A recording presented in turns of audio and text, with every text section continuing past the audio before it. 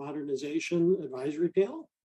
One thing that I need to just provide a mea culpa on upfront, realize that information went out to the panelists, where you were able to start looking at the detail around the submissions, that had come in for efficiency and modernization, and I believe there are 150 of them. So that was a lot of information. Didn't expect everyone to be able to get to and absorb all of that.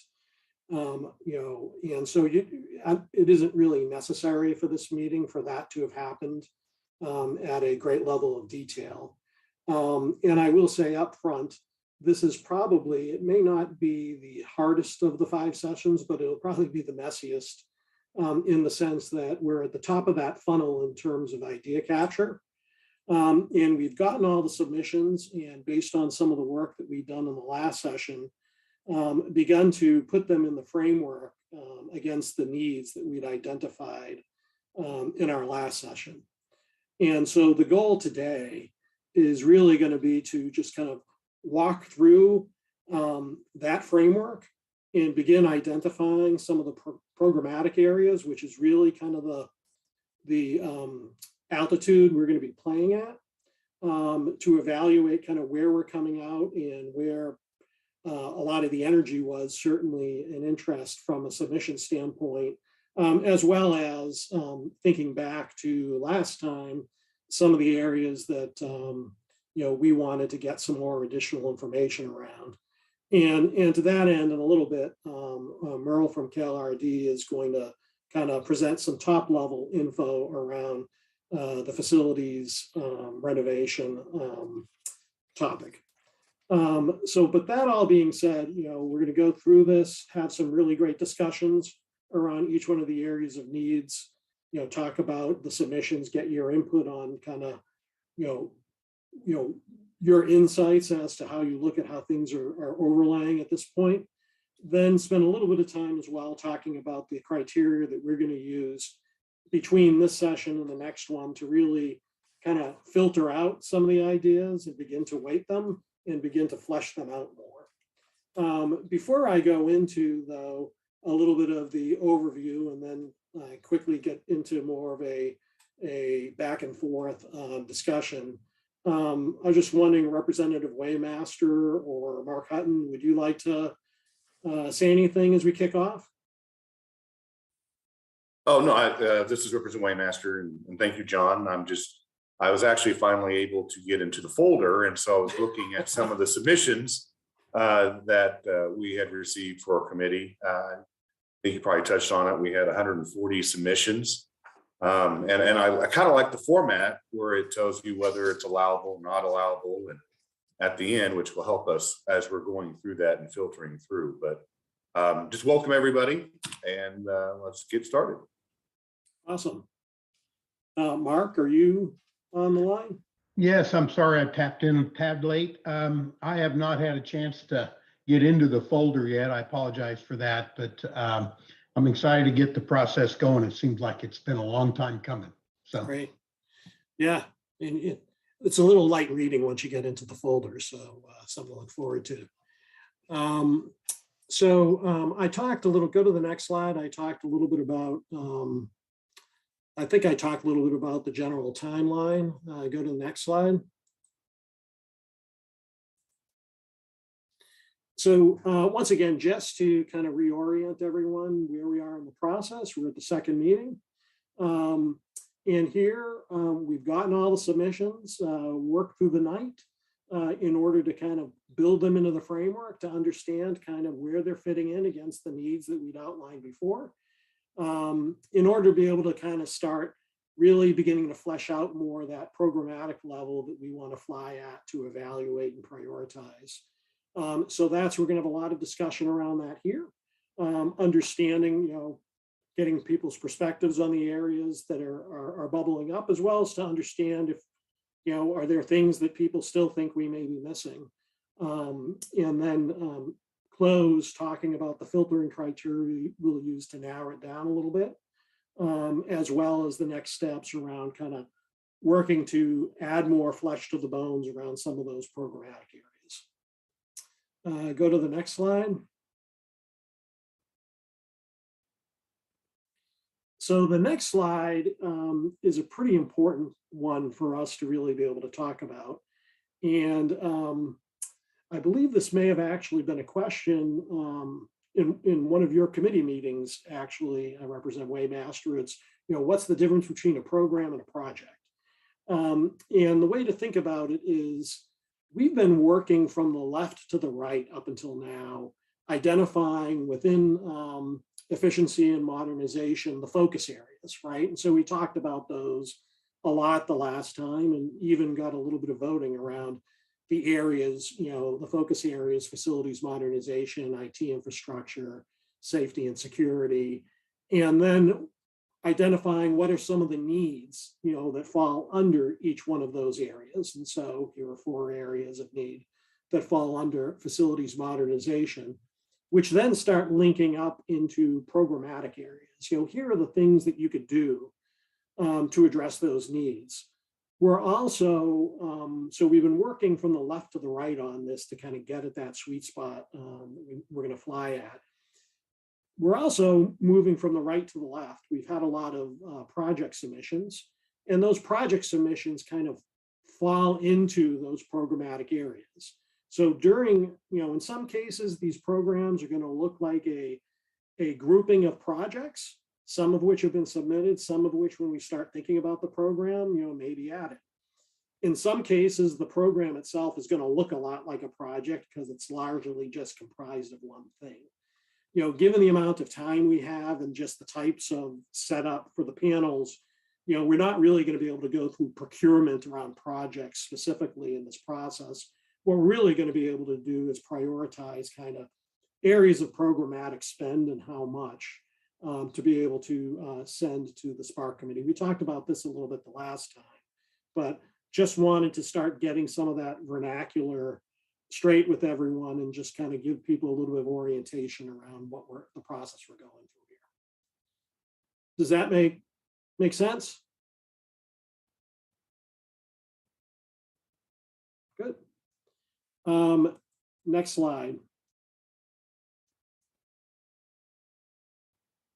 And by the way, I'm going through these slides fairly quickly up front because the one piece of consistent exit survey commentary coming out of all the panels was that I should talk as little as possible up front around framing and leave most of the time for discussion around the guts of things. And so we'll try and do that in the session. So the other thing to keep in mind as we go through this is kind of a balancing act with the guiding principles and the allowability rules as we think about the investment parameters. So the Spark Executive Committee put in place guiding principles around how they're going to think about priorities from their level, and we have them kind of laid out on a following slide. At the same time, we also need to be thinking about the allowability guidelines or requirements from the Department of Treasury. And so the implications of that are that we need to have those guiding principles in mind all along, because as recommendations go to the Spark Committee, they're certainly going to have those in mind. But we also need to make sure that we are thinking about allowability. And in some cases, it's very black and white, never allowable, always allowable. In a lot of cases, it's kind of depends upon how you've structured the program itself. And so we are actually, we have experts, particularly from Wood O'Brien's, involved in this process. And they've already done a little bit of weighing in on the individual submissions, and we'll weigh in even more as we go and we build out the programmatic areas to make sure that we really understand where things stand in terms of allowability.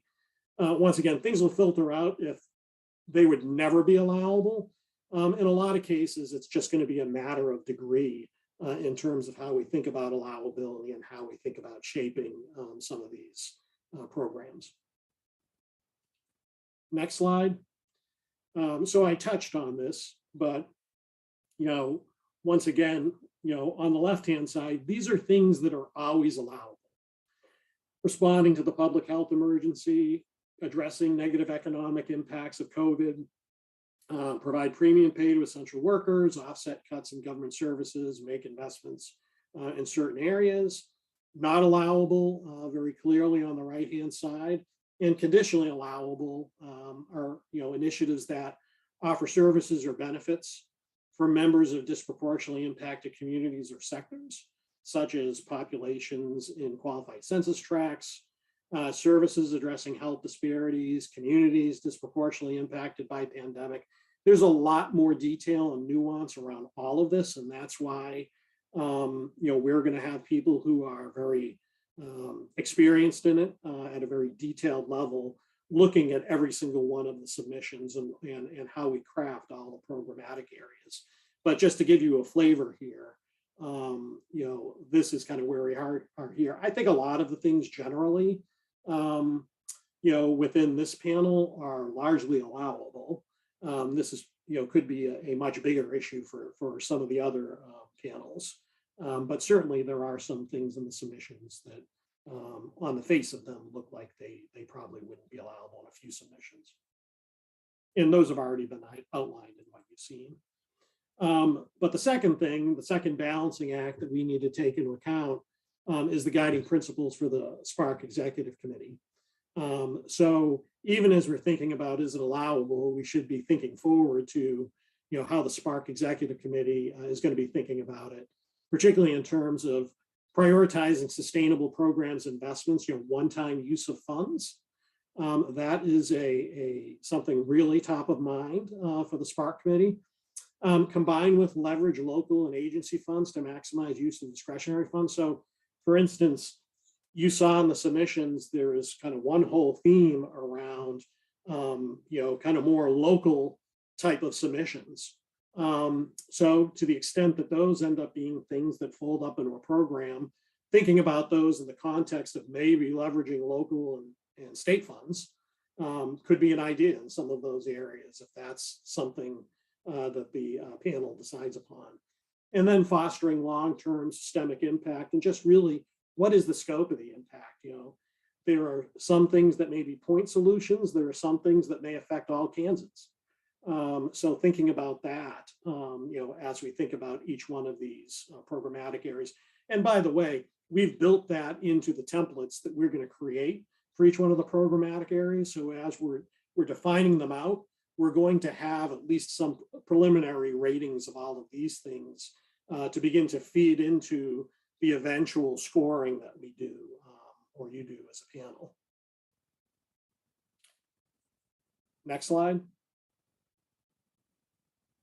So with that, let's kind of get into the guts of this in terms of brainstorming around the emerging themes and the idea submissions. Go to the next slide.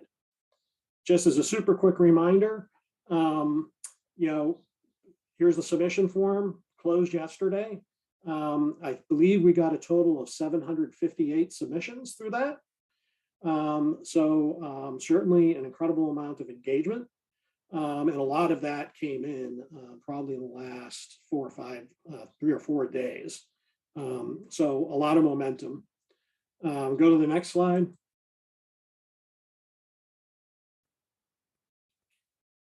In terms of thinking about, how those submissions kind of folded into the areas that we talked about last time, facilities modernization, there were 38 submissions that felt like they fit in that area thematically. IT infrastructure, 51 submissions, safety and security, 32. Keep in mind those cybersecurity is in the IT infrastructure piece, and continuity of operations, 19 submissions.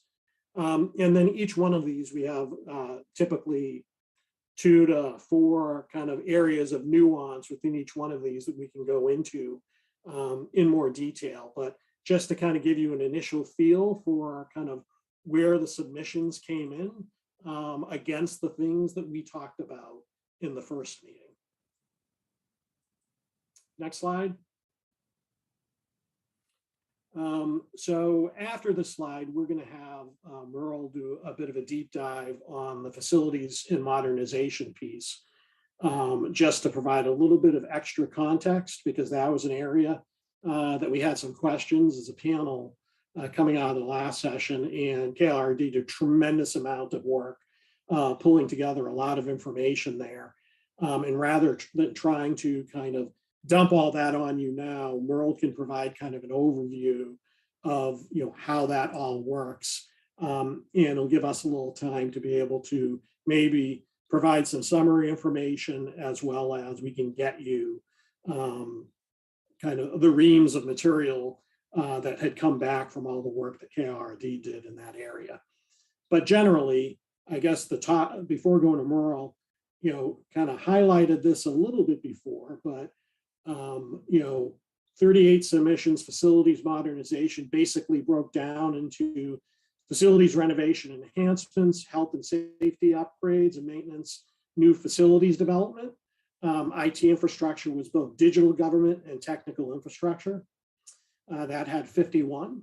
Safety and security at 32. That was law enforcement equipment upgrades or replacements, physical security enhancements, and continuity of operations, which had 19, was general kind of equipment and materials replacements, and state workforce and operations support. So before handing it over to Merle, kind of any thoughts or reactions to kind of, even before we get into the detail, kind of, where these things ended up playing out?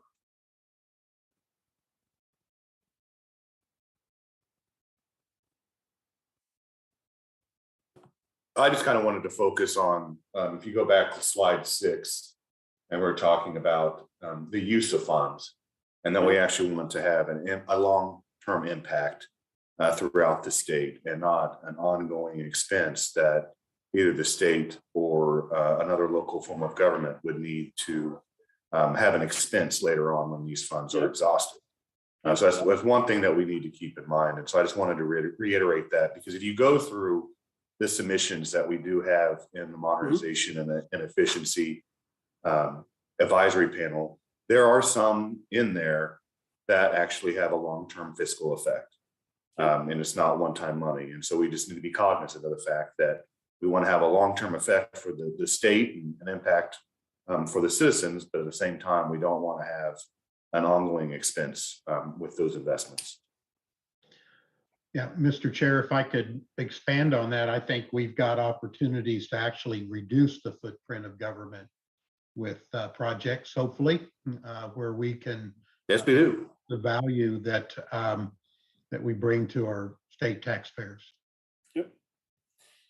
Yeah, and I'd say, it's really up to the panel to decide what it puts forward to the Spark Committee. But, there is a reason why that is the first guiding principle. So you think about how they're going to be receiving things and evaluating them, that certainly is going to be top of mind for them. Any other thoughts around kind of how things played out on the slide in terms of the submissions and kind of, what ended up where?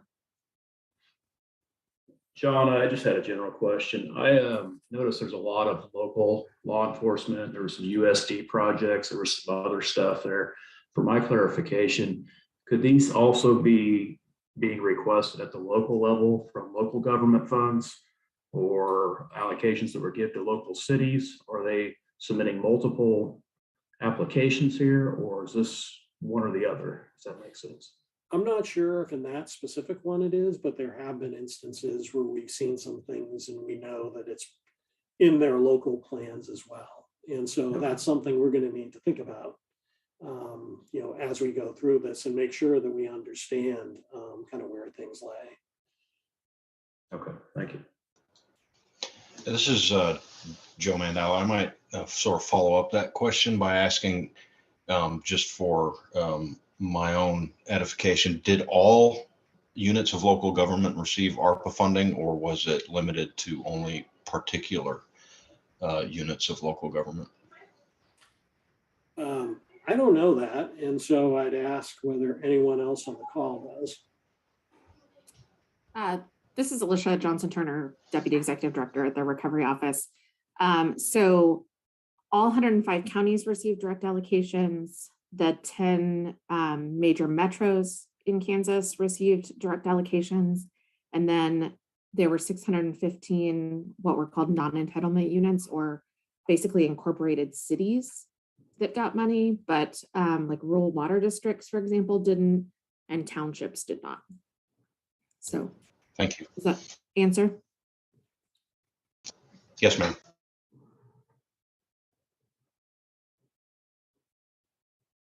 Great. Well, rather than, I mean, we'll be able to dive into more of the detail and have discussion at that level. But before we dive into the, talking about facilities modernization in more detail, I will now hand it over to Merle, who has agreed to kind of walk through kind of the high level, I guess, context and situation there. Yeah, thanks, John. Just want to make sure everybody can hear me. If anybody wants to give me a thumbs up, that would appreciate that. Yep. My name is Merle Riedel. I am a fiscal analyst with the Kansas Legislative Research Department. So some of the faces I'm seeing in this Zoom today are very familiar, but some new faces. So that's nice to see, and I'm glad to be here. Sounds like this advisory group will be dealing with a lot of facilities modernization, or perhaps another word might be for capital improvements.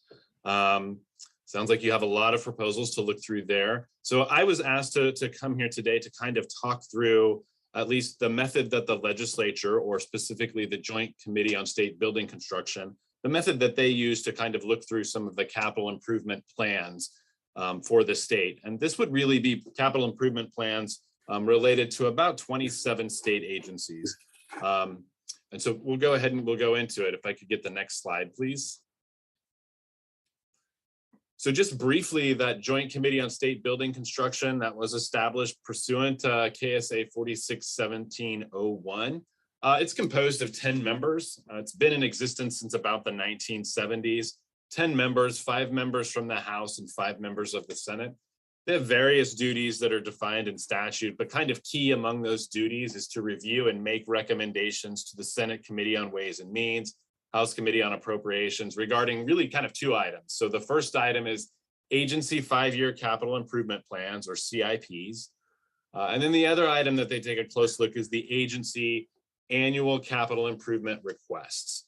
So when we think of the 5-year capital improvement plan, that really is a bit more based on forecasting capital improvement needs for the agencies in the future.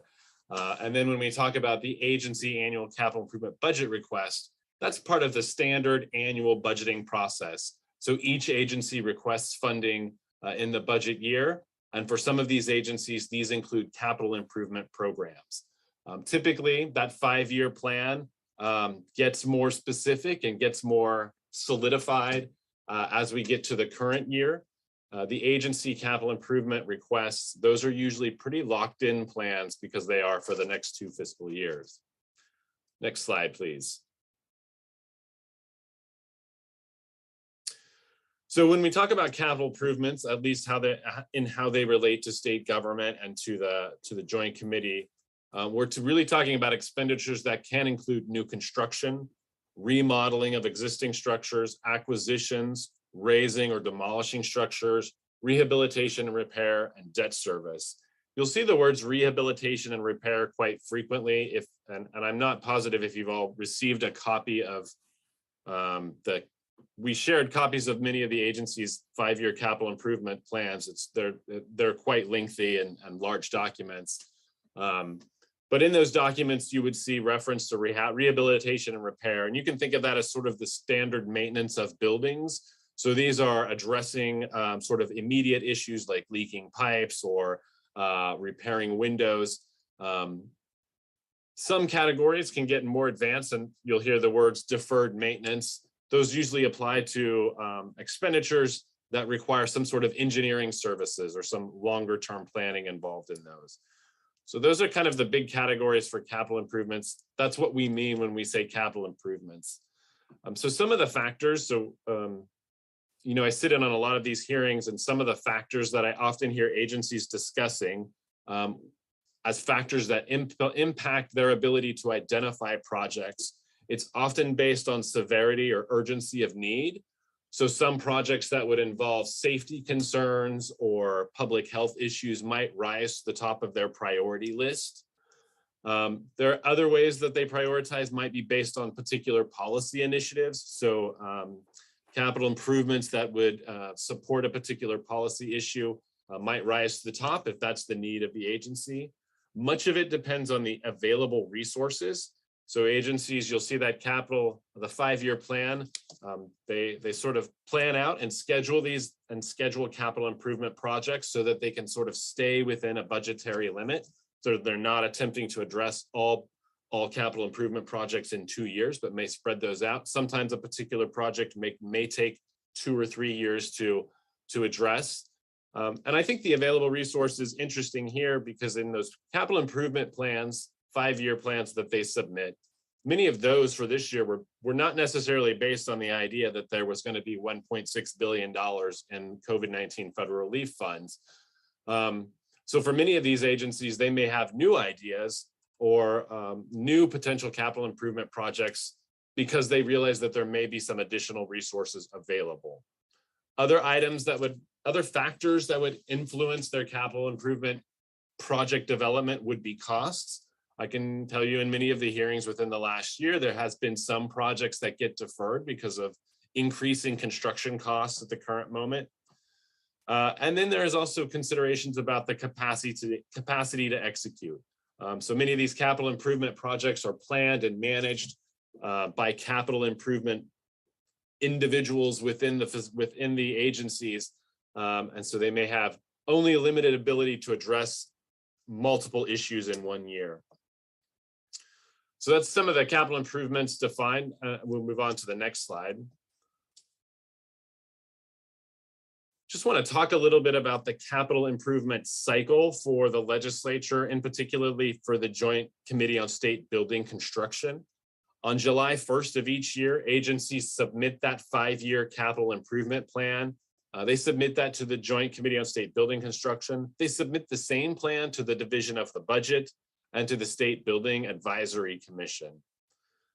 Usually in September, and from September to November, the Joint Committee on State Building Construction conducts hearings with each of these agencies. The agencies are actually invited to come to the State House and to review their capital improvement plan with that committee.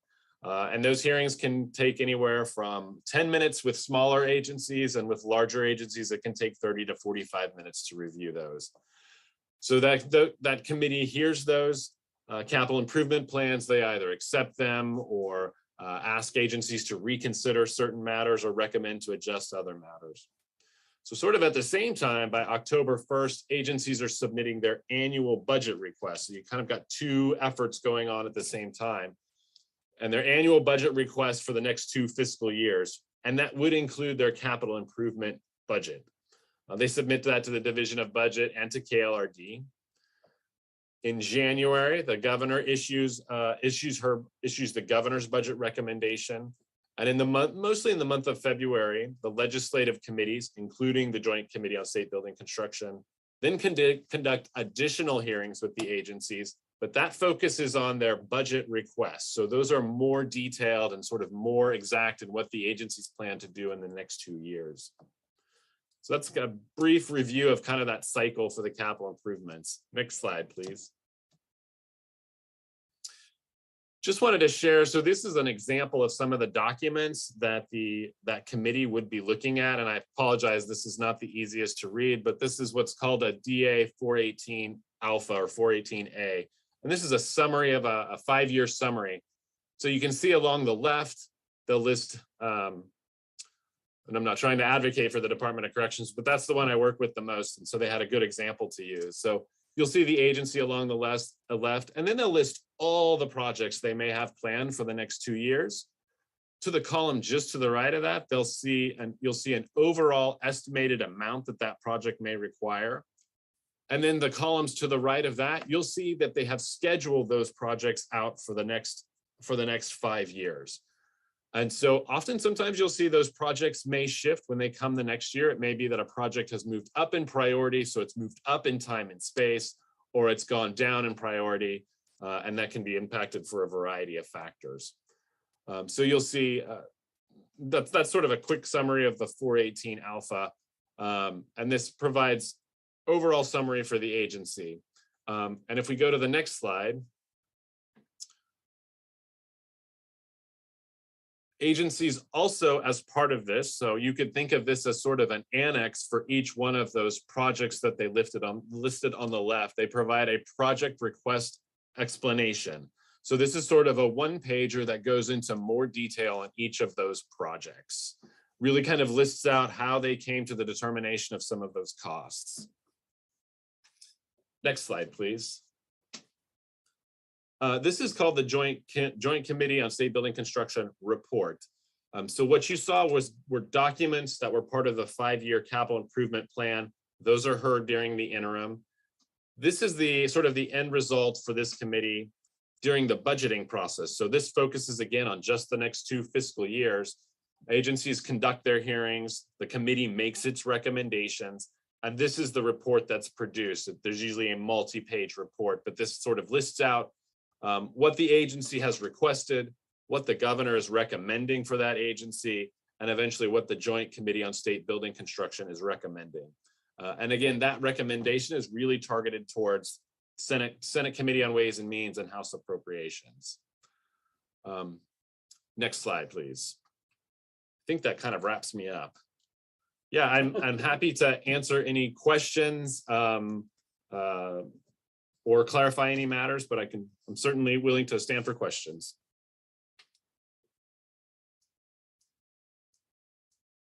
So just a point of clarification, this is Mark Hutton. Does the Joint Committee on State Buildings and Construction approve or have any say in these Spark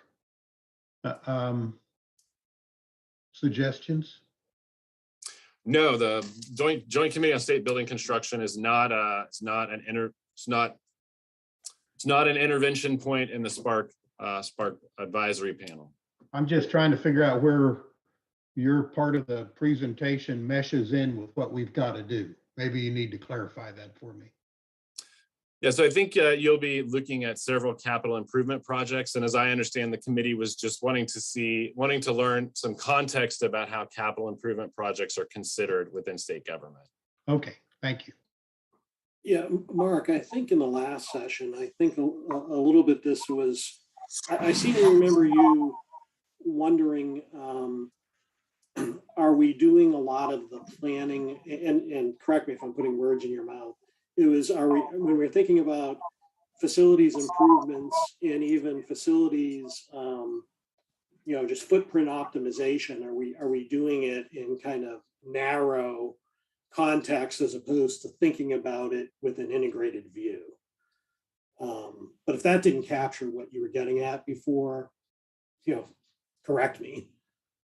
Yeah, Noel, I served a 4-year sentence on the Joint Committee for State Buildings and Construction. So I'm very familiar with what they do, and I'm not too sure kind of where in the conversation or wires might have gotten crossed, but that's okay. I mean, we don't need to kill any more time with this, and I'm fine with it. Thanks. Great. Anything else, or should we dive into this deep dive on facilities modernization? John, I got a question. When we look at the budgets and we look at the Spark recommendations, and probably some of these show up on both lists.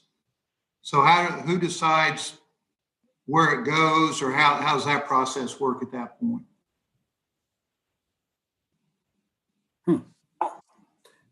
Well, we certainly don't want it to go in both places. I haven't thought through which one would take precedence. Okay.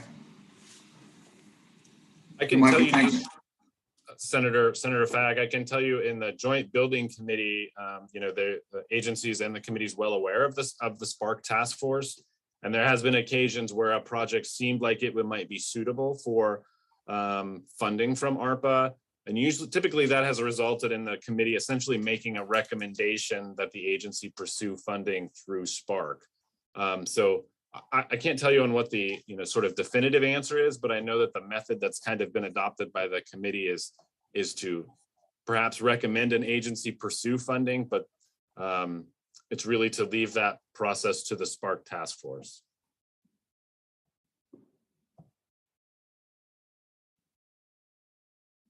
I could add an example there for facilities maintenance as far as the Department of Administration. So I would be requesting a rehab and repair fund, just a general allocation for maintenance as Merle's described. One of those projects might be some air handler replacements.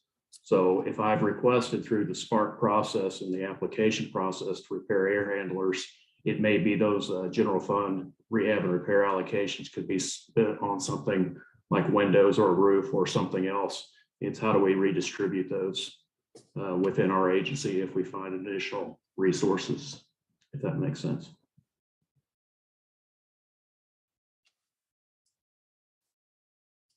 Great. Well, let's dive into the next slide on facilities modernization. So this is deep diving into every one of those 4 areas. And so going into a little bit more detail and providing a little bit more context around the submissions and kind of how they're starting to flesh out programmatic areas. So in each one of these 4 slides, what we're going to want to test is, what's missing? Have we missed any needs? Right? Because this is the framework that we're using. 2, how well do those programmatic areas cover the needs? So we defined some programmatic areas, gave an example of a sample submission or 2 that would have been in there, gave an idea of the number of submissions. So we can start looking at it and saying, like, are we really covering the landscape fully here? And then generally kind of what surprises you about the submissions? Are there any gaps? To the extent you've had a chance to go through the submissions, are there either any gaps in the needs, the programmatic areas, or there, if you've looked at the submissions, are there some things you're expecting to see that you expect to see? Are there some things that you saw that were different than what you're expecting to see? If you have any kind of initial thoughts around whether the submissions align with the Spark guiding principles, specifically that's starting to get at what Representative Waymaster was talking about of, well, some of them look like they involve ongoing expense, identifying those and thinking about how the panel wants to address those is going to be an important topic for the panel. And then against, any one of these areas within facilities modernization, or some areas to really think about things maybe in a more of a transformative way. So a lot of the submissions may have just been kind of standard course of business per se. And, are there things that in any one of these kind of focus areas, we may want to really try and think about that maybe a little bit more transformative. So with that, kind of, I'll just, rather than trying to kind of like walk through and talk through the 3 areas of needs and, all the programmatic areas, let you take a look at it for maybe a minute. And then, let's just open up to discussion for a while to kind of talk about this area and how we feel about it.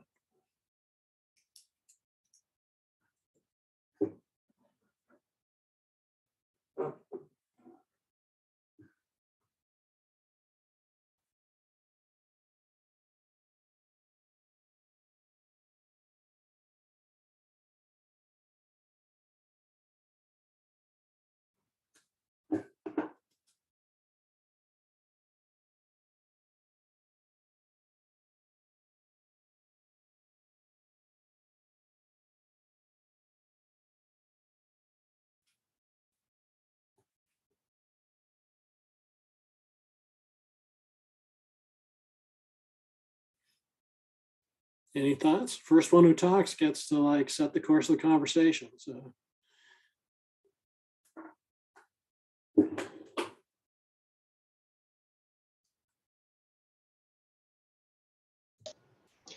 Well, I'll say something. This is Joe. I just, you got the questions on the side there. I don't, this isn't my area of expertise necessarily. So I don't know that I would know if something was missing or how well the programmatic areas might cover each need. But I will, to sort of pull on the thread that was pointed out earlier, I was a little surprised by the number of local submissions in particularly in this area, and facilities modernization, things, from cities or local government to do new buildings, and those kinds of things, knowing, as I had thought, that there were funds sent directly to either municipalities or counties. I was a little surprised by that, to answer that third question there. Yeah, a lot of the new facilities development, those submissions were more local in nature. Yeah. Yeah.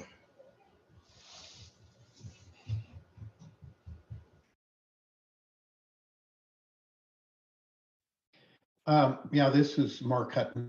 If I remember kind of part of the charge, that our focus was to be on state government and state facilities.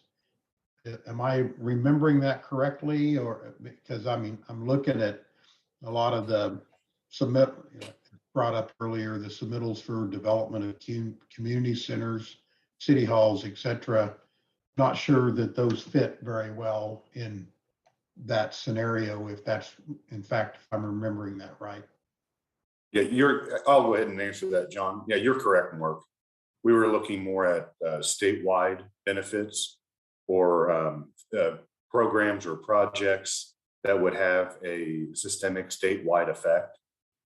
If we start, and I'll just kind of make this comment, if we start looking at certain cities that submitted a proposal for a new city hall, then theoretically we should be building a new city hall for every city in the state of Kansas. And I think the other question was posed, the cities and the counties received the money. There are two things that may have happened. I seriously doubt that the cities or counties have exhausted all the funds that they received through the federal government, but that could be the case. The other is that they are trying to leverage their funds and they're going through the state process as opposed to going through the city or the county. So that would free up their money to use elsewhere. So if we're going to be looking at things on a local level, we have to be aware that that may be the case. But Mark, you're correct.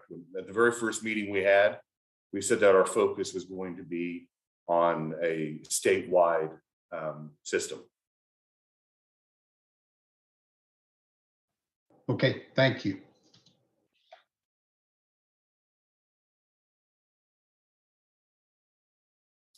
Any other thoughts?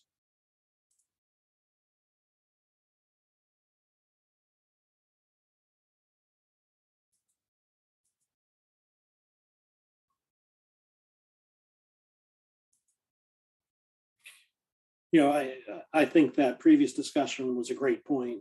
Once again, I mean, if the panel, if it wanted to, could decide to focus us on things that weren't purely state in terms of maybe a way to be able to help kind of leverage other sets of funds, but it's totally up to the panel.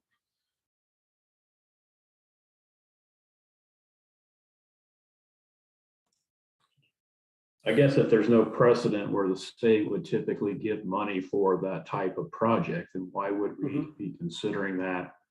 Yeah. In this case, I mean, if we're considering this state fund, state use, public use, I guess that's. I'm glad Representative Waymaster gave a clarification, because that was kind of spinning in my head too. That was my recollection of our first meeting when we were talking about state use funds. So yeah, that's. I'm not sure.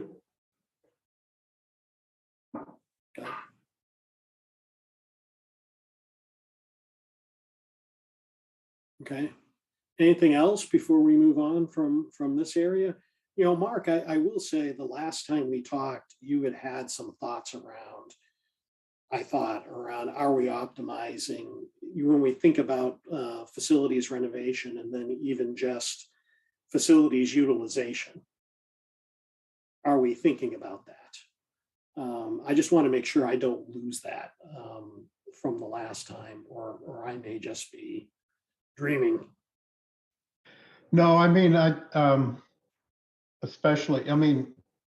that conversation came more from my, when I had my Board of Regents hat on, Mhm. related to efficiency of our building use. I believe it's probably prevalent across our state as well, but at our universities, we're not utilizing our buildings at the level we should be. And so, I mean, we keep building new buildings and we don't tear anything down. So it just keeps absorbing into the system, which increases our deferred maintenance as well as utility expenses, and just there's a lot wrapped around that. And I know I haven't seen it here, but I know that Board of Regents submitted a Spark request for a demolition fund. Nobody wants to give money to tear a building down. And so I think the idea was to submit it for a demolition fund that would allow our universities to take some of our older buildings that are in rough shape, just take them out of service and drop them so that we're not throwing good money after bad. So I don't know if that hits on what you're talking about or not, John. But. I just want to make sure, I mean, it's up to the panel to decide, what areas, needs to focus on, programmatic areas to consider. They don't all have to have come from submissions, right? The panel could decide itself. So I guess at some point, think about whether you think any potential programmatic area focus is missing. And, we can certainly add it and continue to push it through the process to think about and flesh out a little more, or not. So I'm content neutral on this stuff. So.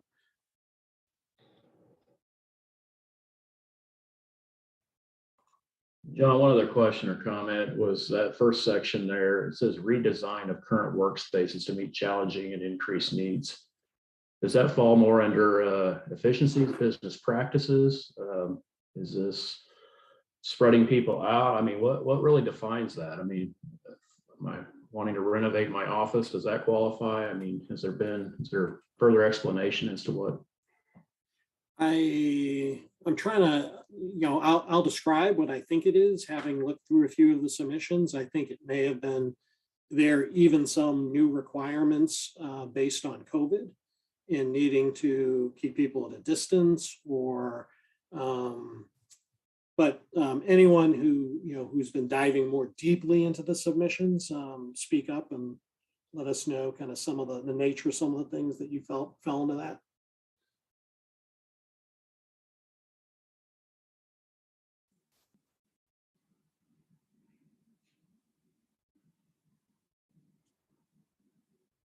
John, something I might add to this, whenever, let's say we get a state building and they want a new HVAC and they give us good reasons for that, do we ever do an energy audit? Because I'm thinking, let's say they ask for an HVAC and you realize that they've got bad windows, just for an example, to where maybe that didn't get on the request. Does that get marked off because it wasn't on the request? Just looking to be efficient in what we're doing. Just a thought. Yeah, I really don't know. Are we thinking about energy efficiency holistically? Yeah.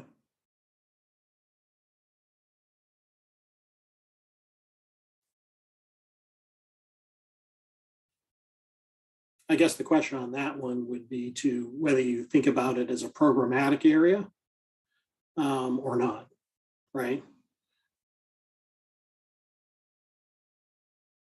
Well, the other thing I'm questioning, if they didn't have it on their application, can we consider it? So that crosses my mind too. Yep. Okay. All right. Are we ready to move on from this one?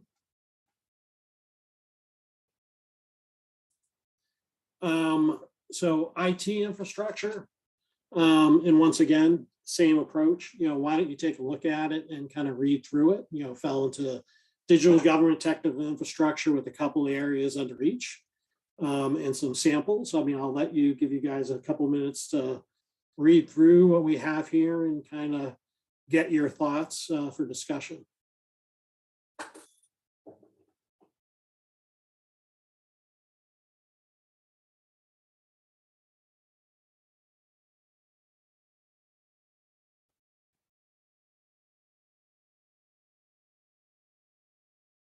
I guess I have a question, John. In some of the like local police departments and sheriff's departments had requested some like new radios. Is that all included in this, or is that in a different section like public safety? I think that is in public. I don't think that's Okay. here. Okay, I just because it kind of fits in with IT, but it's actually a law enforcement asking for it. So I didn't. Yeah, correct me if I'm wrong, anyone, but I don't think it was here. Included in the law enforcement. It was in law safety and enforcement, yeah. security section, Yeah. correct. Yeah.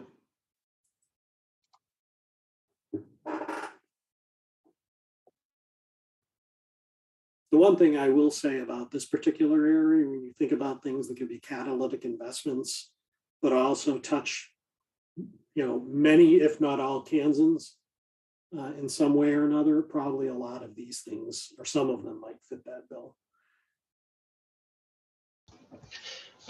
This is Joe. I guess I would question whether cybersecurity really belongs underneath digital government or whether it's its own area of need. And maybe I would ask, maybe what was the reasoning or the thought process for placing cybersecurity under digital government? I think it was just a call that was made to begin providing some structure around some of these. I mean, I think we probably can pull it out unless and make it its own thing. Yeah, I think from my perspective, at least, I think that would make a little more sense. Cybersecurity sort of spans technical infrastructure, digital government, all the rest of them. It's not really a thing that would be nested under just that. Okay.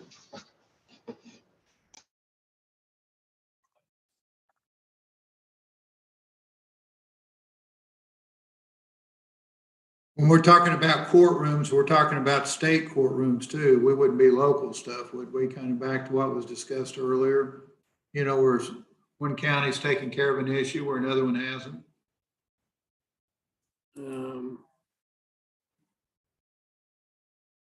Oh, by the way, cybersecurity is specifically allowable in the Arpa guidance, just as an update.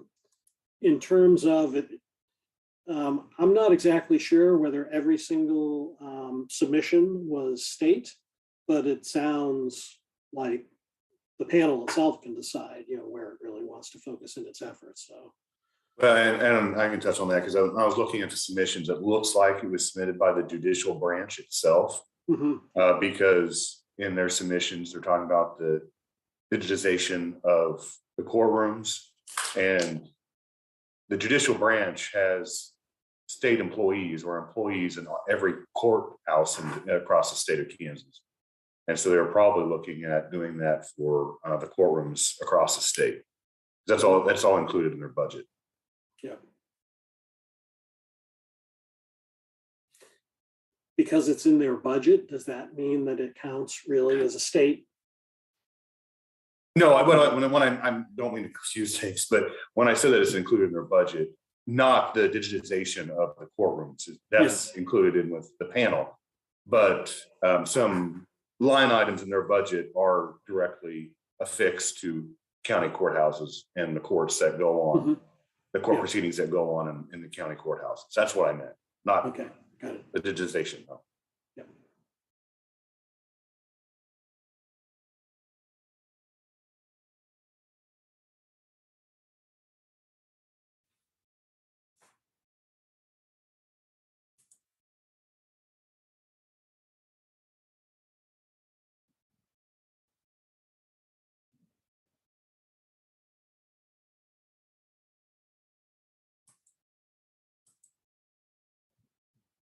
Any other thoughts on this area?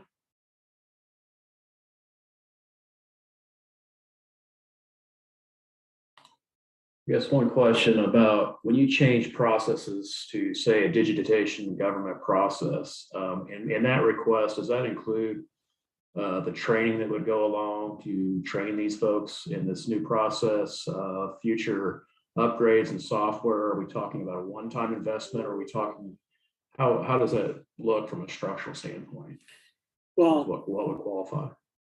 I think it would need to be whatever was in the submission. I mean, I think that the panel itself could decide, here are the things to take into account, as that entire program gets packaged.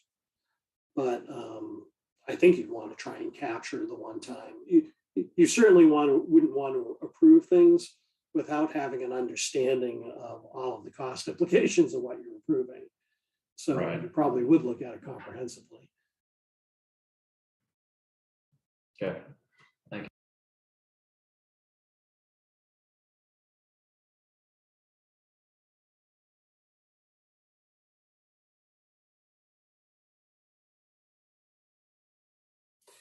Question is when we had talked last time about, and I kind of got lost in the submissions as well, last time about rethinking about the kind of public facing websites across the agencies in the platform there. Was that in, interoperability of government network systems and monitor, or digitization of government processes? I would consider that part of digitization of government processes. Unless you want to separate internal and external, digitization can include both internal and external processes. Okay, I'm in agreement with Joe on that one. got it. All right. I'm going to move on to the next one unless anyone has any additional thoughts. All right, next slide, safety and security. Once again, I'll let you guys take a look at it. Yeah, under the law enforcement, this is where a lot of that equipment, including the radio modernization, ended up getting grouped, and then physical security enhancements. And there were a lot of submissions around law enforcement equipment, although I think they were very similar submissions. A number of them were.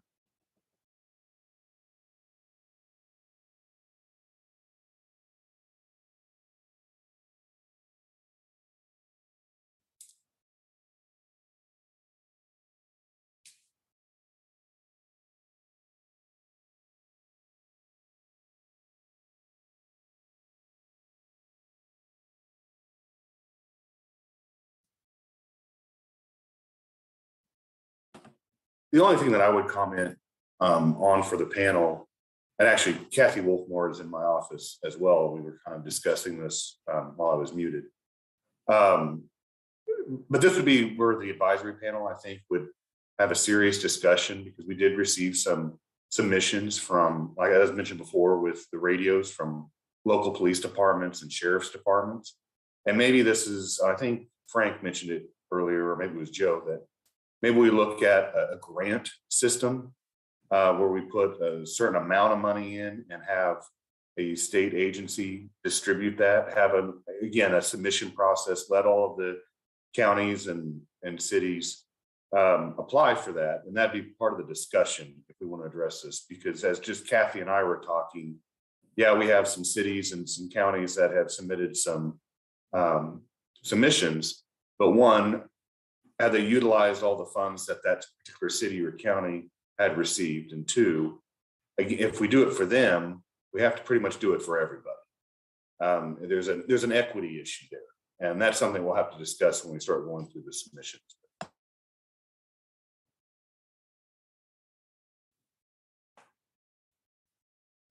Any other thoughts?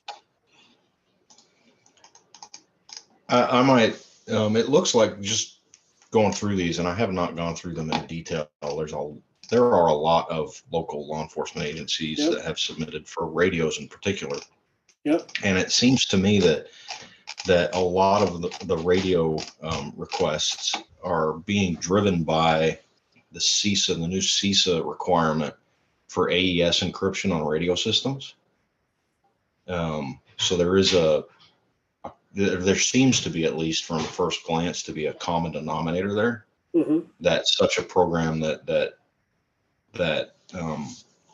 is being suggested could be tied to as a sort of an overarching driver to say, you know, because of that sort of requirement being driven by the feds, you know, this amount is being provided as a bucket for locals to sort of apply to if these conditions are met. Okay, good point. John, if I could hop in here really quickly, again, Alicia Johnson-Turner with the Recovery Office.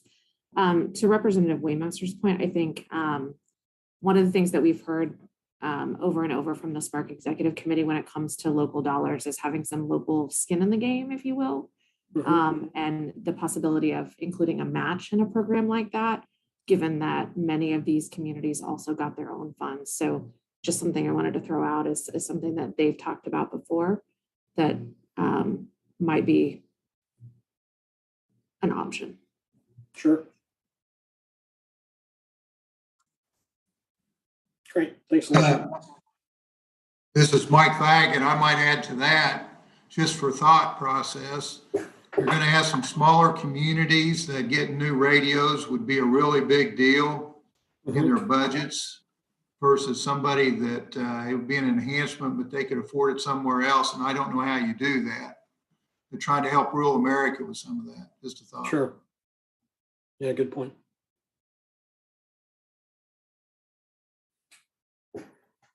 All right.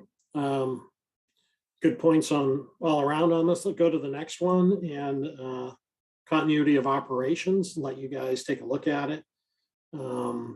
This one had a lot of kind of different things in it. You know, and they kind of roughly group this way. But you see kind of more texture when you actually get into the submissions on some of these.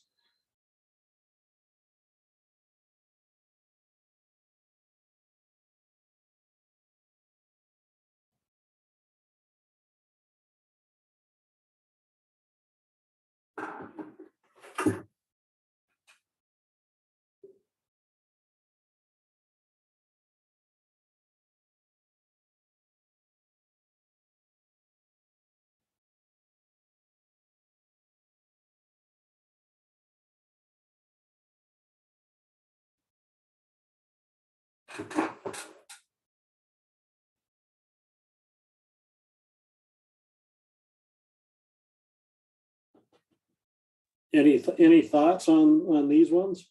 Well, I kind of want to make a comment about the state workforce operations and support. And I'll be completely honest, this makes me a little nervous because even though it's asking for like temporary personnel or staff support to meet surging claims, when we do the budget process on the state side, that's been requested, and then those positions never go away. And so that ends up being a long-term item that we have to spend money on. And so I don't think that meets the purpose of a initial investment that's going to have a long-term result, because this will have a long-term result. Yeah, it will have a long financial one. And so I think this one we have to tread very lightly when we start looking at adding staff. Good point.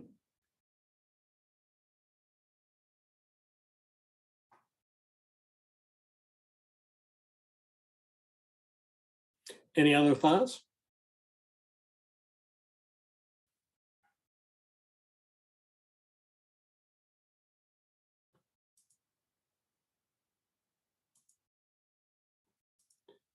All right, well, with that, before we get into beginning to kind of preview filtering and some of the topic prioritization, go to the next slide and the slide after that.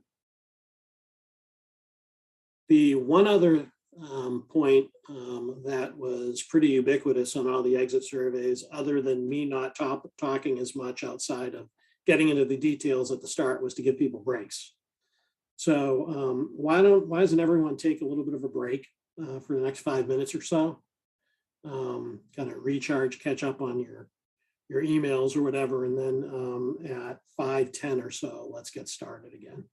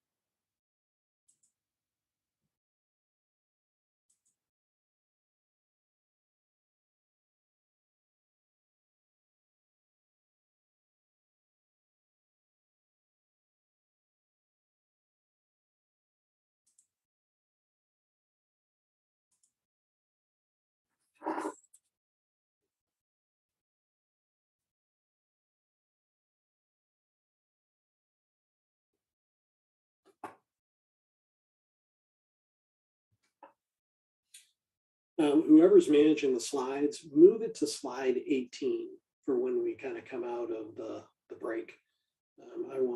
I think the next best place to talk would probably be around the filtering. Oh, sorry, it's repaginated. Go to the slide with the filter on it. My favorite slide. Keep going, right there. Thanks. Nope. Back up. Back up. Okay. Great. Once again, my favorite slide. We always have to go to the slide at one point. So.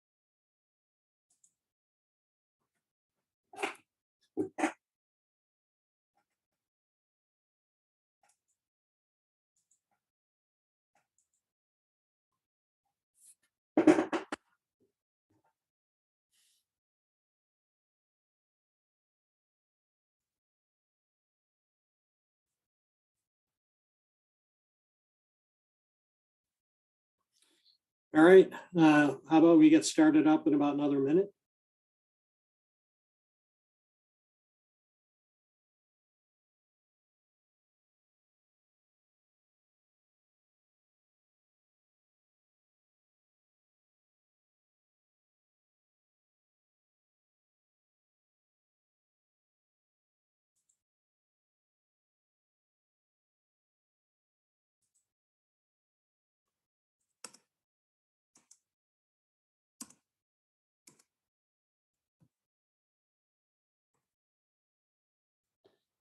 All right. Everyone good to get started again?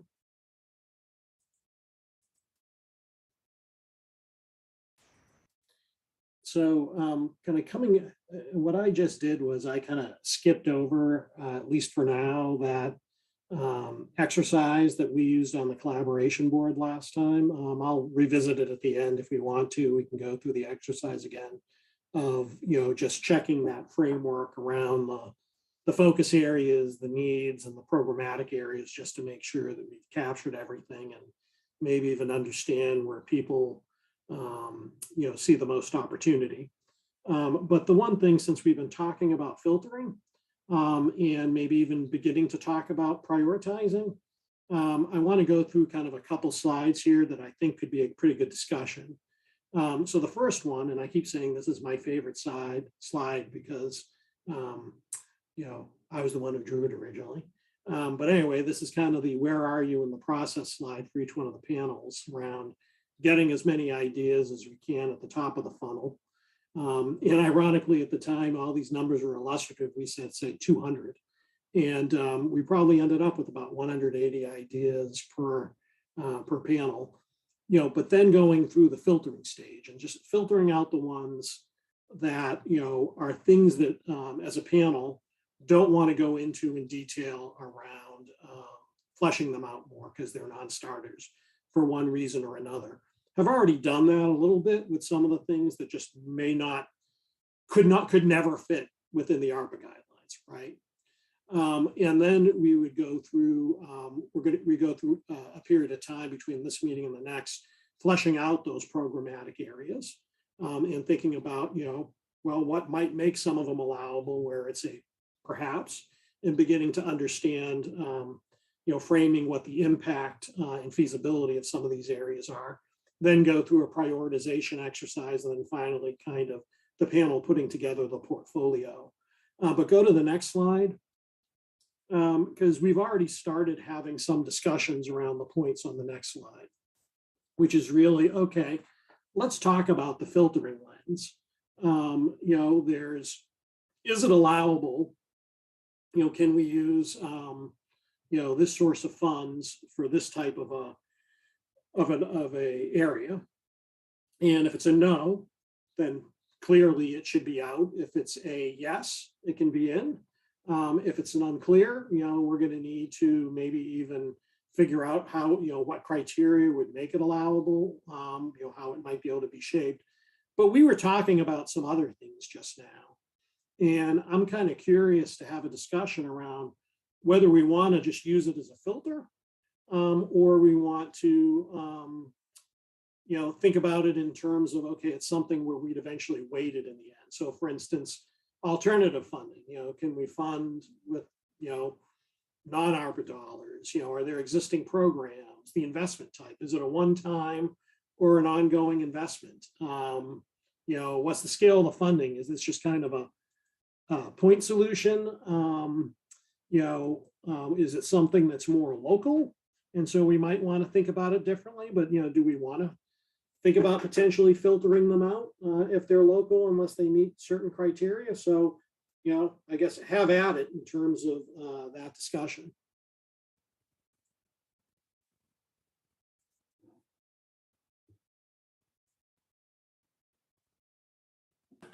So John, on the spreadsheet, when it says to be completed in the allowability section, yeah, is that we're still filtering through and seeing whether or not that would be accepted under the definitions in the U.S. Treasury, or are we waiting on information from the submitter? I'm just kind of wondering when it says to be completed. Yeah, my guess is that was probably Widow Bryan's not having the time to complete it, either because it was something novel that they hadn't seen before and they wanted to investigate it a little more, or they had some follow-up questions. If anyone from the support team can provide any elaboration around that, let me know, but that's how I interpret it. Happy to correct. There was a significant number of submissions that came in right around the deadline. And so they have not gone through the full list of processing. You will find an updated version on Teams as they complete the final review. And when will those updates be made? Do you have a time frame? Expect that all of the submissions that came in before 5 p.m. tomorrow will be tagged by the end of the day tomorrow. All right, thank you.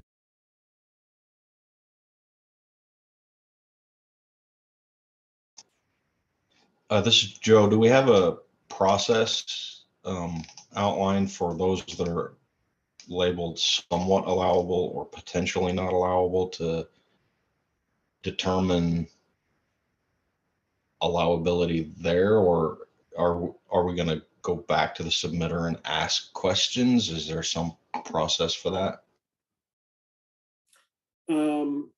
I think it's going to depend. I mean, once again, once we group it up into program areas, it becomes a little bit more of a question at the program level around those types of things.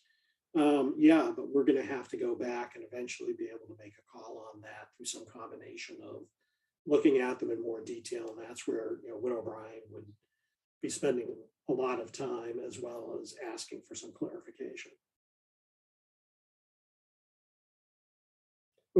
Just keep in mind on a lot of these, just so many things came in at the last second that they just haven't had the ability to kind of look at them all, the level of detail that they eventually will. There are just some, though, that clearly on the face of it would always be allowable, and some that clearly on the face of it would not be, right? So it was easier for them to put things to each one of those. The ones in the middle, just take a little bit more thought, time, and research.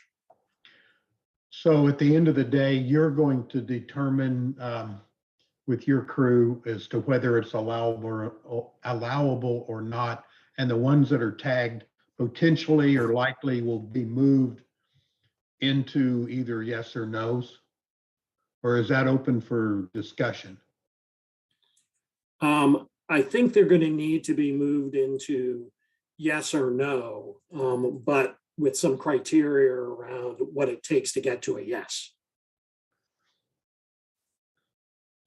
So part of that, we need to know kind of why it's a potential no, don't we? Yeah. Mm-hmm. Or what would make it a potential yes.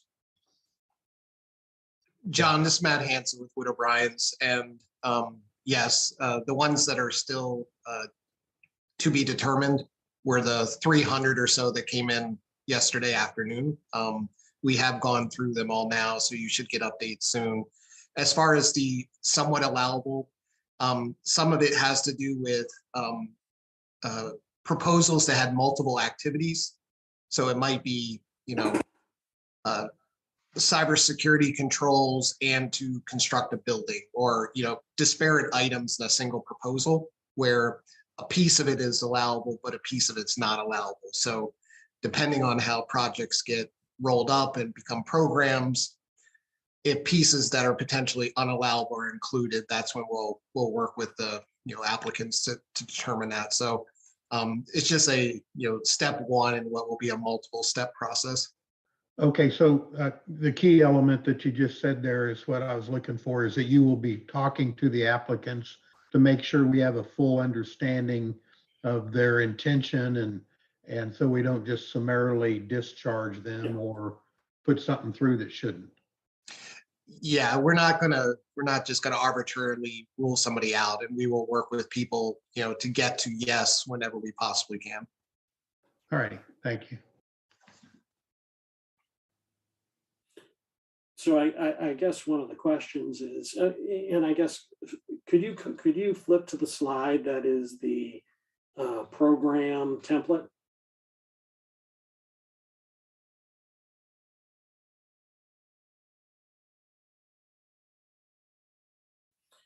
So just to kind of jump ahead a little bit, one of the things that we want to be able to work with the panelists on, with the support team putting in, the bulk of the effort around this, but need to get some partnership, particularly around those key discussion questions in the bottom left, is beginning to build what these programs look like, right? Working back from the projects and working forward from the needs. And so beginning to just really crystallize the description of what we need, the goals, the target outcomes. Eventually, we're going to need to get to a target ask and a minimum viable ask, depending on how much we group into the program, right? Looking at the projects that are in it, and which ones may make sense or not, but just getting kind of a feel for that. But then also being able to identify kind of things that are going to be important when it comes to scoring these programs against each other in terms of, impact, equity, feasibility, do other funding sources or programs exist, financial sustainability, some example projects of what would be in there, any allowability concerns, for instance, for this particular type of idea, does it need to disproportionately impact the communities? What does that mean? Does it have interdependencies with any of the other items? So just kind of jumping forward, as we're building these programs out, and we want to build these out between this meeting and the next, one of the things that's going to come in the exit survey is, hey, which programs would you be willing to kind of interact with some of the support team on, mainly to talk about those questions on the left, so not a heavy lift, but really beginning to kind of engage around a few of the programmatic areas. But this is kind of what we're aiming for generally, in order to be really crisp about what we're talking about in each one of these areas, and begin to start profiling on them on things that will allow us, or the panel really, to be able to make some trade-offs. I mean, hopefully it helped jumping forward to this, but this is kind of how we're going to start building, all of these components into a framework that will allow the panel to be able to make some decisions. Does that make sense? Was that a helpful preview? Makes sense to me. John, could I suggest that we add a unique identifier to each one of these, whether it's something, so when we start talking about these, we know everybody's kind of on the same page and looking at the same one? Yeah, good call. Mm-hmm. Yeah, we'll do.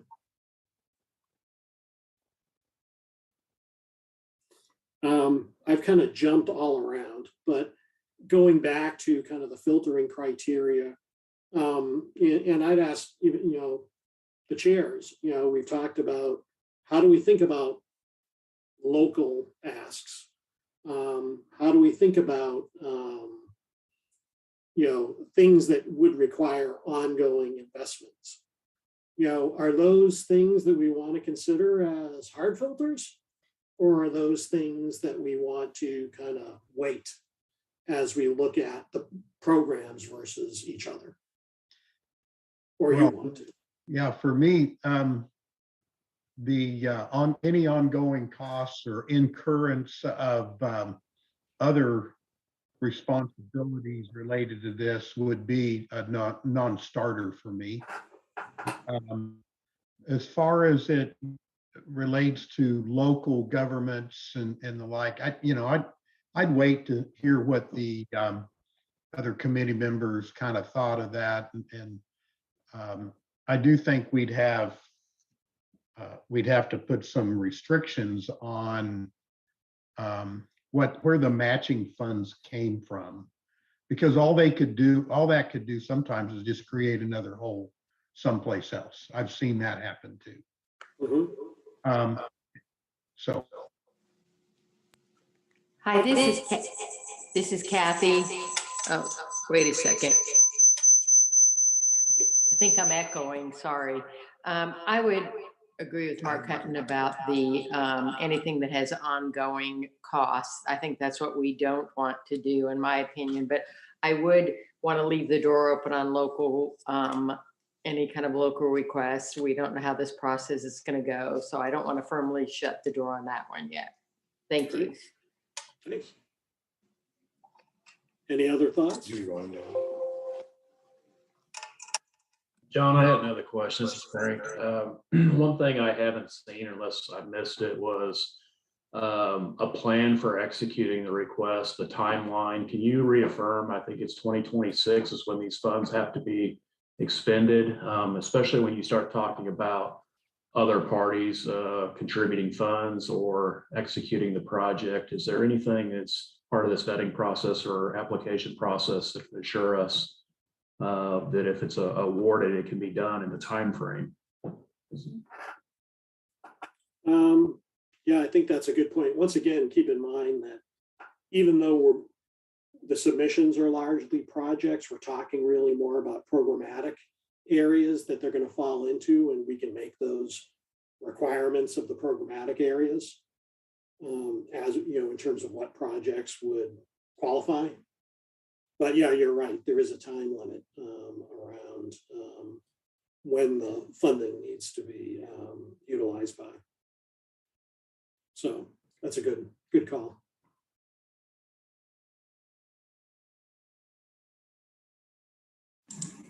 And the only thing I'd make a comment about in regards to the local forms of government that have submitted items for us to consider, as I kind of mentioned before, we need to be looking at a statewide level first.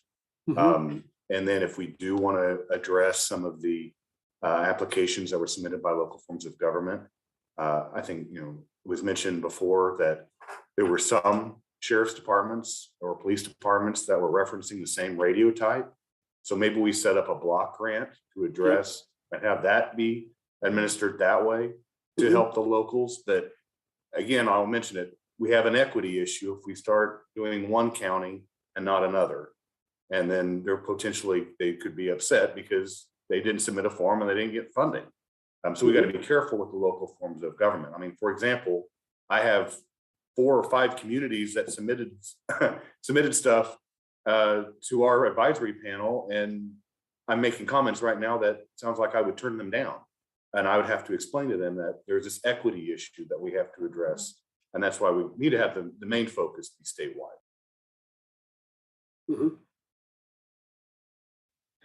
I think another area that we need to examine is whether or not we're going to engage private entities. I notice it appears that there's, you know, a number of private organizations that have requested funding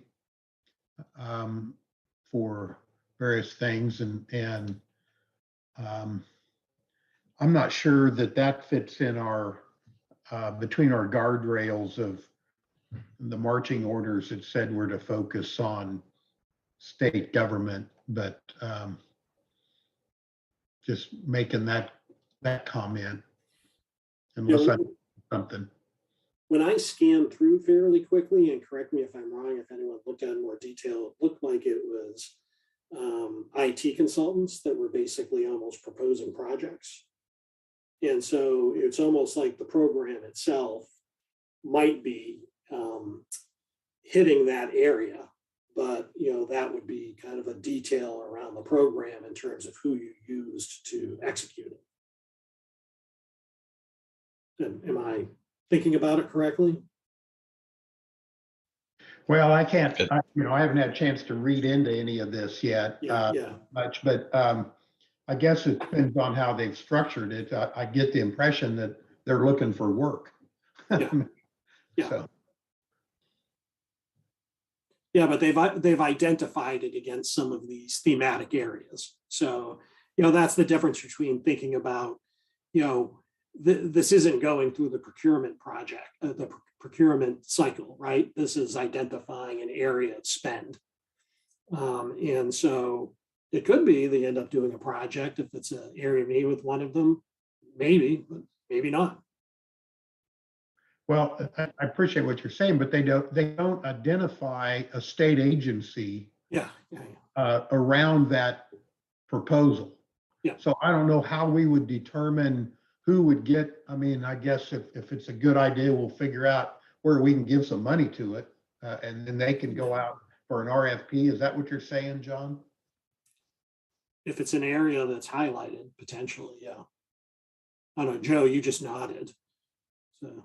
Yeah, I share the concern. I don't see a position to grant dollars or provide dollars directly to one of those, if they're IT consultants, like you're saying, and then have them shop that around to state agencies or even local forms of government. That just seems kind of backwards to me. Mm-hmm. Yeah.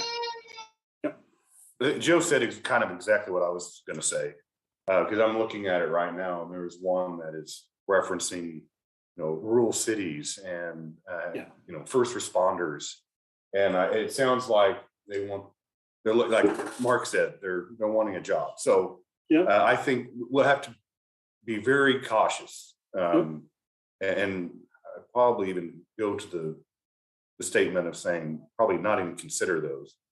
Because even on the allowability, on the one I'm looking at, it says potentially not allowable. So, I mean, a lot of those have already been defined as maybe not allowed for the ARPA funds.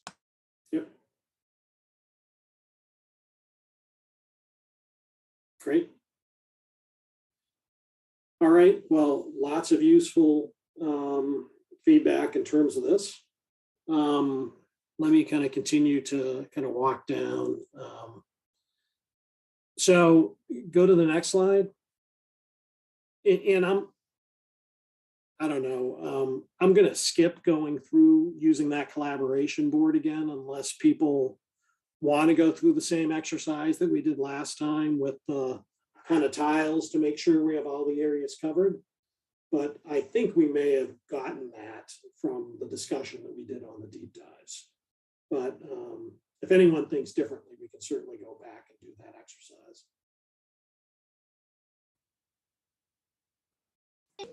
I do have one question on those, assuming that what you're pointing at is program areas. Yeah. If the concept moves forward and gains form about like what the chair had suggested about something like a block grant, and the door is still open for local submissions through that process, would those be separated as programs from more general programs? For example, like in public safety, communications, and the example that was being used, would that be a separate program from the more general safety and security program, or would it be subsumed into that as sort of a sub program? I'm not sure if that's clear what I'm asking. Yeah, and I'm not close enough to how that works to know. I don't know if there's anyone else from the support team that's on the call that would be able to provide any better clarity around that. So, John, I think I can. If there were, for example, the radio program, it would be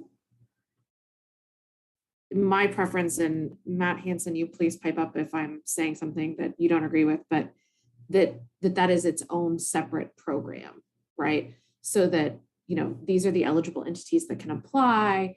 You could be funded up to X number of dollars, for example, and it would have its own rules as specific to that pot of, if, for example, the advisory panel suggested and, it moved through the process, and let's say $1 million was approved, just to pick an even number, right?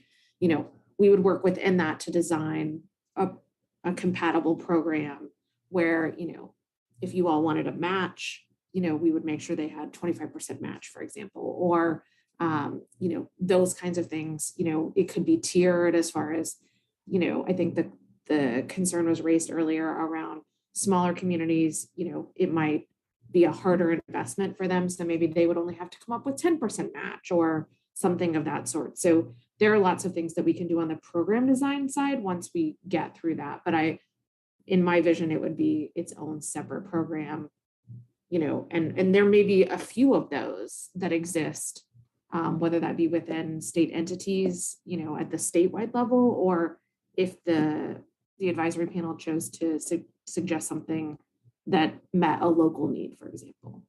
Matt, does that? It does, exactly. The buckets you've been looking at so far are not grant programs per se. They're just aggregation of investment ideas. We would turn them into, individual programs. And even with the private entities, with the vendors, if they suggest an idea that you like, e-licensing or, interfaces for citizens to engage with the government, that could become a grant program where, individual, state agencies or entities would then go through a process to apply and ultimately have to go through a procurement process to select a vendor. So we're several steps away from actually, allocating funding and engaging entities on these projects. So to be clear, is that an approach that this committee would suggest, or is that up to the main Spark committee to decide? It would be a recommended approach that this advisory panel would provide to the executive committee for ultimate approval.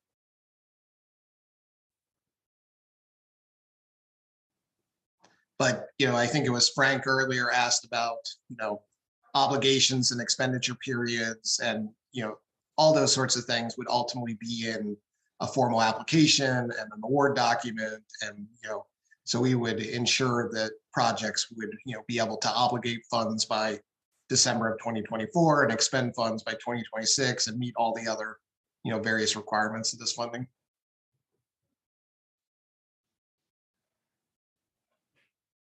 And just let the advisory panel know, this is kind of the way we set it up when we had the CARES Act money with the first Spark process.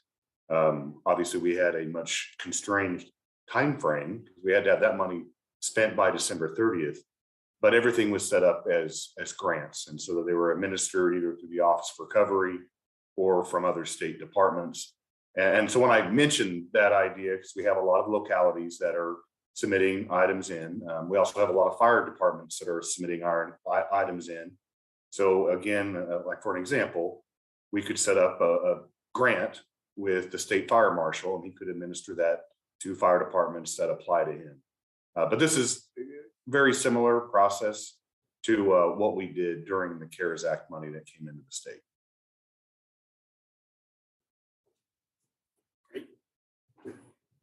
Thanks. Kind of moving forward, I'm going to try and get through the slides, and then we can kind of have a discussion at the end if we need to. Kind of the next steps really are, finalize that filtered list of programmatic areas.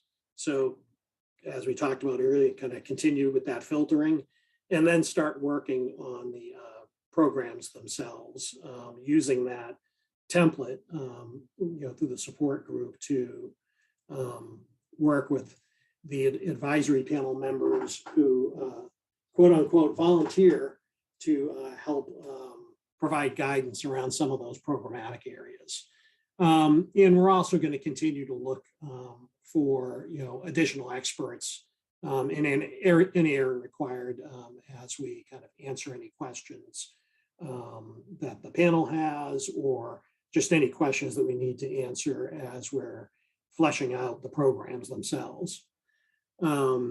So the goal for the next session is to have a set of completed program templates so that the team can start kind of working through that. We can kind of, as a group, define, exactly what we want to do in terms of scoring, as well as, any areas in terms of the programs we want to kind of flesh out a little bit more. But getting to that point where we have, completed the program template so that we know what we're scoring, and completed the scoring matrix so we know how we're going to score, so that the panel can start making some of those trade-offs around and identify the things that are rising to the kind of top of the value chain. Next slide. Talked about this a little bit. These are going to be the program templates that the support group is going to be working with panelists on. Once again, the support team is going to be doing kind of heavy lifting here and really engaging with the advisory panels who we all know, have day jobs, are mainly around those discussions in the bottom left-hand corner with, go to the next slide, typically, we would be asking each panelist, questions like this. We may modify a little bit going forward, but how to begin thinking about each one of those programmatic areas, pros and cons, how do they meet the guiding principles? Are there any other questions around those areas that we really need to address to kind of close the loop on them? And we'll have one of those templates for every submission. Program. Not every submission. So there's not going to be 140 of them. So if we're looking, if we're going through and vetting these 140 submissions and have questions about those, who do we address those questions to? And is there going to be a methodology where everybody sees those questions and that answer so we don't get a bunch of duplication? About particular submissions? Yes. I don't know. I mean, I'd open it up to the support team. I mean, would we want to have any type of kind of comments fields or update fields attached to the submissions? Just so people can see kind of what You're gonna violate COMA if you do that. Okay, all right, You can't have serial communications about. got it. Okay.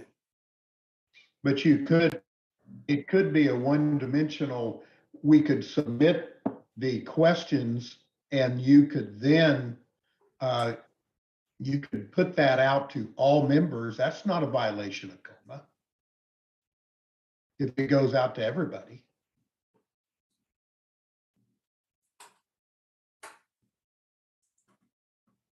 And I see this. The problem is that it does go out to everybody. We're not approving specific ideas. That's not true. We have 140 submissions that have been put in front of us, and we're supposed to vet those down. While we're not approving them, we're approving them to move to the next level to go through the Spark committee. Well, once again, we're gonna group them into programs, and some programs may have a project in it that's so big that effectively it looks like a project. But really, the prioritization is going to be at the programmatic level. So once again, I just want to be really clear. We're not going to have 140 detailed templates. It's going to be something that's more along the order of 20 to 30 probably. Because even when you just look at the submissions, like on the radios, there are numerous submissions that are almost identical. That would fall into a program. Oh, that part I understand, John, but there's a bunch of them that are fairly unique. Yeah. I guess I'm failing to get the picture of how we're going to not at some point in time talk about each one of these. Maybe we group some of them together like the radios, but there's a lot of them that are unique and individual approaches that I guess I don't understand how we're going to vet those. Yeah, I mean, there are some where thematically they're the same, but it's like 3 big renovation projects, and do you bucket them under renovations and say, we need a total of 40 million for renovations, but really it's of total of 60 million, but it's 20 million projects, right? And you need to decide, am I going to ask for 60 or are only 2 of the projects valid, so I'm going to ask for 40? That's what you're getting at, right? But I'm going to say okay, we're going to make a recommendation to Spark to put $20 million in a certain program. Mm-hmm. Then it's up to them to decide out of these submissions which one they fund.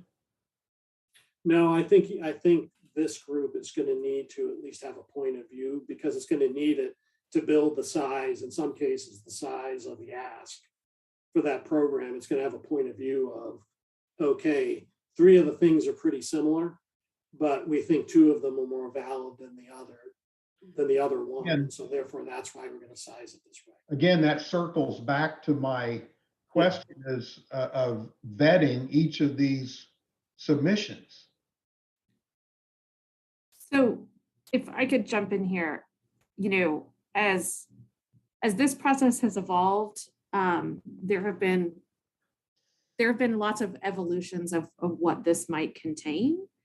I think, originally it was only really program ideas. So something like the radios for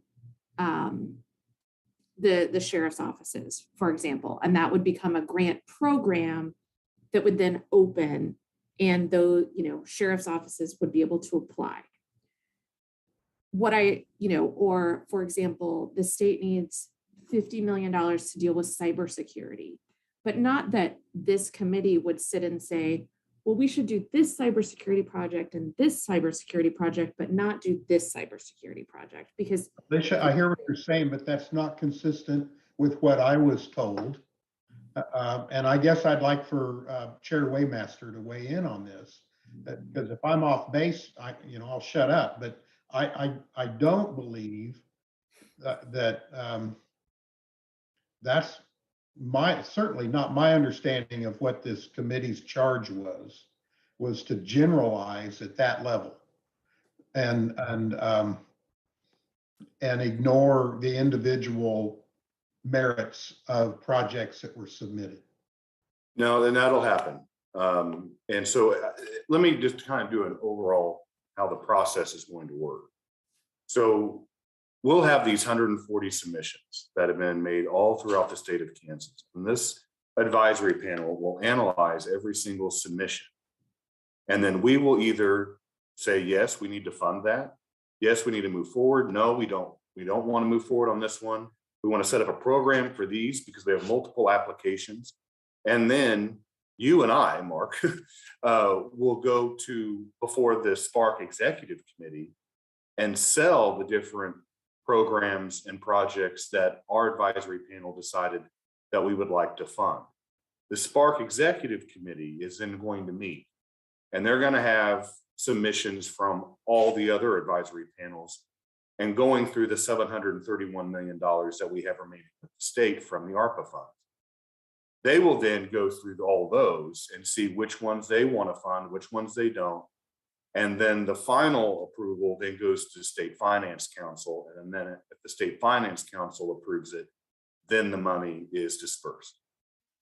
But yeah, this panel will make decisions on what we want to fund, what we want to create.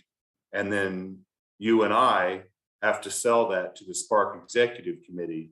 And then they will then ultimately decide what goes to the State Finance Council. Yeah, and that was my understanding of how this was supposed to work, but that wasn't what I was hearing from Alicia and John.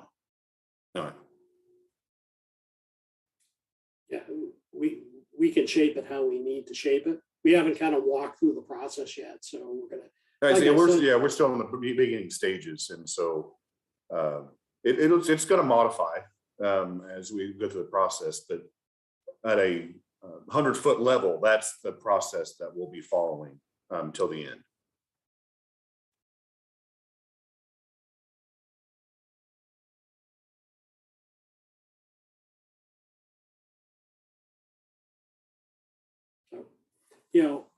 And like I mentioned, I think some of the programs, just even to scale them, you'd need to understand the specific projects. I mean, some of the projects are just so distinct. And you don't Representative Waymaster, if I could, I guess my concern here is when the submission form went out, it was not a call for applications for anything specific. I mean, if folks go back and look at the press release and things like that, it was supposed to be a general call for ideas, as opposed to like, please fund my nonprofit at $5 million. And so, that I think is a bit of a struggle, because some folks clearly did take that to heart and did that, while others said, I need, $200,000 for radios or things like that, where I think, at least the recovery office is aware that certain lobbyists, et cetera, probably got word out to their members pretty effectively. And those folks submitted, in bulk. So it appears that there's a big need out there while others didn't. And so, I just caution you that this was not a call for applications, but really a submission form for ideas. And that's the way that it was set up to be. And like, that was sort of the intention behind, what the recovery office and, the consultants and things like that did. So, I hear you, everybody wants to go through all of these, and I get that, but to your point previously about equity and things like that, I don't think that everyone was given the same opportunity to submit for, $100,000 for my specific entity. So. Well, and I would totally agree with that, because the press releases that went out in regards for the applications or the submissions was very generic. I mean, it didn't give specificity of what we were going to be funding. Now, that's the decision that we're going to have to make on this advisory. And if there is a question about equity, then that's something that we're going to have to address. I mean, anytime that the state of Kansas is going to be having a grant program, you're going to have applications. And because everybody is going to be wanting to go after those dollars. Same thing happened when we had the CARES Act money and we did the small business grant with the Department of Commerce. They were overloaded in the first hour after that, and they couldn't even meet all the, there was no way we could meet the obligations because we had so many applications because it was a grant. So we were going to have, I'm not going to say we're going to go through every single submission, but we have to discuss the purpose of why they submitted it and give a decision as to why we're not going to fund it, if that's going to be the case.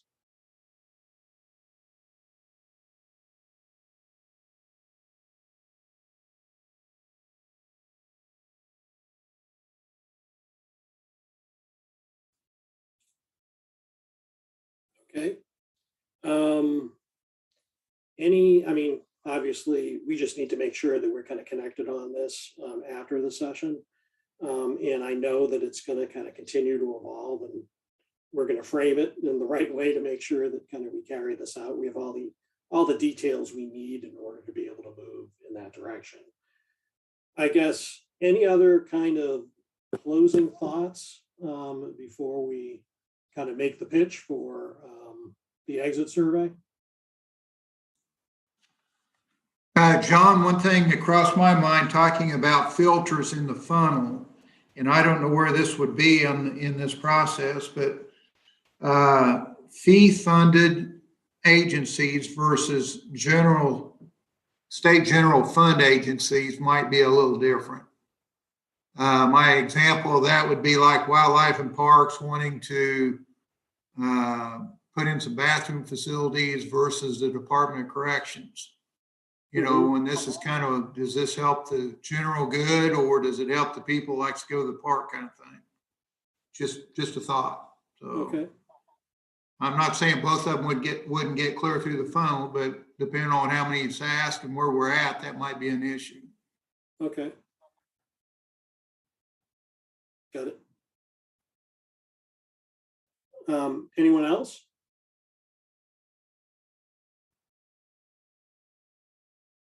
I have a question about the considerations and the filtering. So we had sort of the scoring quadrants in one of the preparation documents, difficulty and impact. Yeah. Right. Mm-hmm. The scoring matrix. Yeah. Is that something that will come later, or is that something we should be thinking about now? As the templates get completed, it's going to have early views around some of how those things might score, or at least we'll begun thinking about that, but it will come later. That will come in probably a cut at it between meetings 3 and 4 and a detailed discussion around it in meeting 4.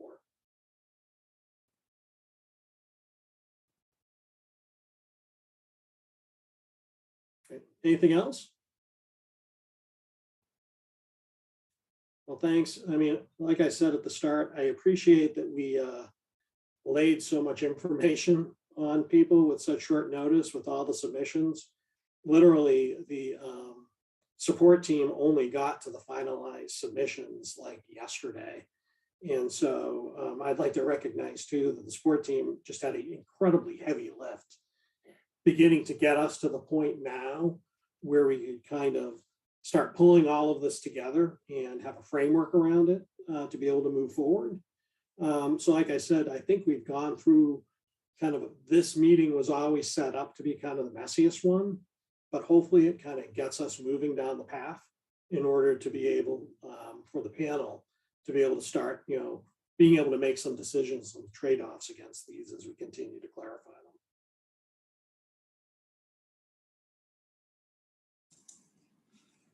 John, a comment I might make on scoring, if when you put that form together, Yeah. if you can put things under different areas that kind of, for me to sit there and think of everything versus maybe some ideas that should be there, to where say, oh yeah, I forgot about that, and circle it, and then put our other kind of thing, that would help us save some time too. So Okay. I'm just saying, the more you can put on that, Yeah, that can help us, that direction would be helpful to me anyway.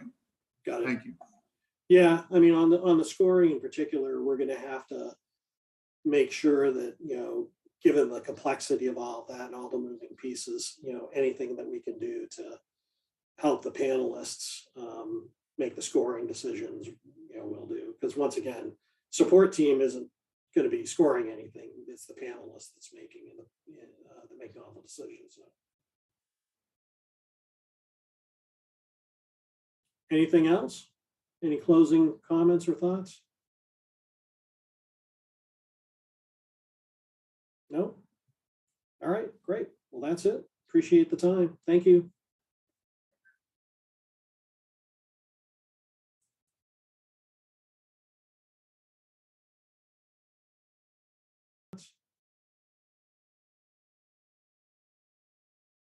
No?